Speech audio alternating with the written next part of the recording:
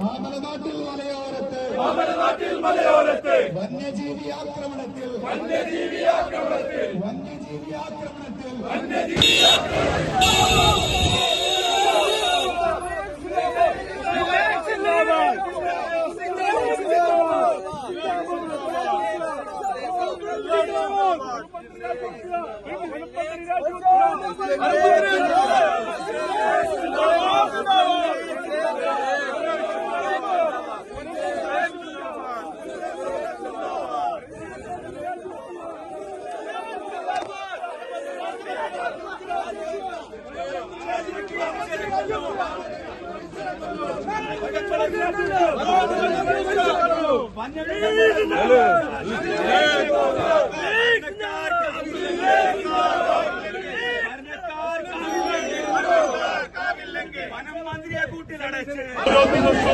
Town മേഖലയിൽ പോലും നഗരപ്രദേശങ്ങളിൽ പോലും ഇന്ന് നിത്യസംഭവമായി മാറിയിരിക്കുകയാണ്.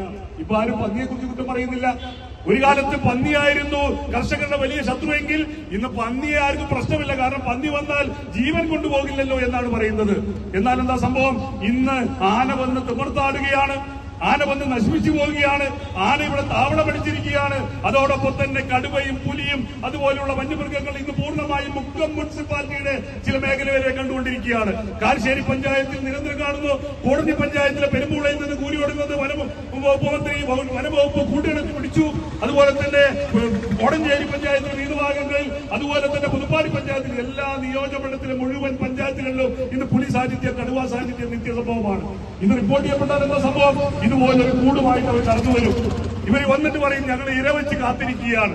പലപ്പോഴും കൂട് തുറന്നു നോക്കുമ്പോൾ ഇരയുണ്ടാവില്ല. ഇരയില്ലാതെ പുലി കയറിക്കോട്ടെ, കടുവ കയറിക്കോട്ടെ എന്നാ പറയുന്നത്. ഇര പോലും വെക്കാതെ കൂടുമായി നടന്നുകൊണ്ട് സാധാരണ ജനത്തിന്റെ ജീവനും സ്വത്തിനും യാതൊരു വിലയും കൽപ്പിക്കാത്ത വനം വകുപ്പ് മന്ത്രിയെ പ്രതീകാത്മകമായി കൂട്ടിലടക്കാനാണ് നിയോജകമണ്ഡലം തീരുമാനിച്ചത്.